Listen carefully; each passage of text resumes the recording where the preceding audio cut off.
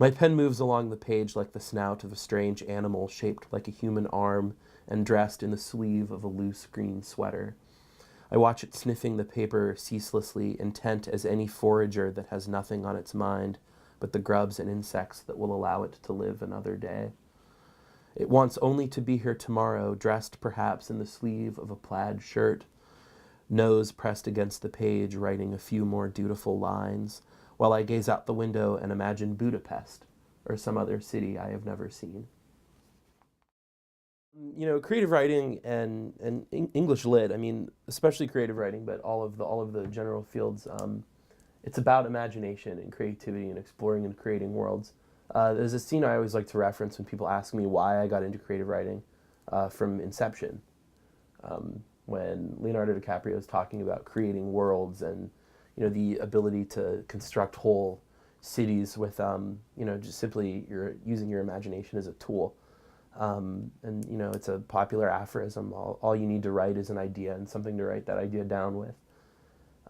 So, for example, I am very similar to Inception. I'm creating cities out of my dreams. My senior writing project this year is encompassing some travel I've done. I went to Beirut last year in the country of Lebanon.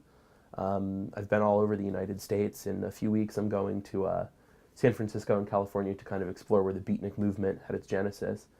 And in that way, I'm using real life experience to create, you know, this whole other world. And you know, the key is as simple as having a pen and a piece of paper. Joan Didion has a quote, and she says that I don't know what I think until I write it down. And I really felt that way growing up, and writing became a natural outlet for me to be able to share who I am with people. So I wanted to do that in a way that made a difference beyond just my own journal writing and my own scribblings on paper. I applied to the Peace Corps. It's been a really long process, but I wanted to find a way to help people and do something that I love with service and also use my skills in writing. So I applied to the Teaching English program, and I just found out that I got accepted.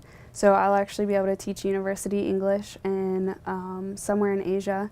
I don't know where yet, I'll find out soon. And I'll actually be able to teach at a university level and do a service project at the same time. One of the reasons I enjoy being an English major at Otterbein so much is because of the different student organizations within the department, particularly Quiz and Quill Literary Magazine, which is a student-run publication that releases writing done exclusively by Otterbein students. It just became a fun community of people where we could get together in class, outside of class, out in the community, and write together and share each other's ideas.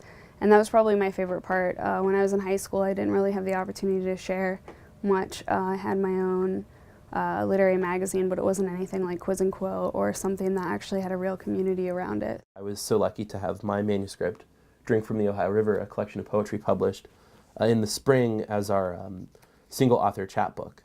The collection is kind of a meditation of coming of age, but in a Midwestern setting. You know, I'm from Ohio, so this is a whole celebration of that, and it's 17 poems to kind of represent that Ohio was the 17th state inducted into the Union.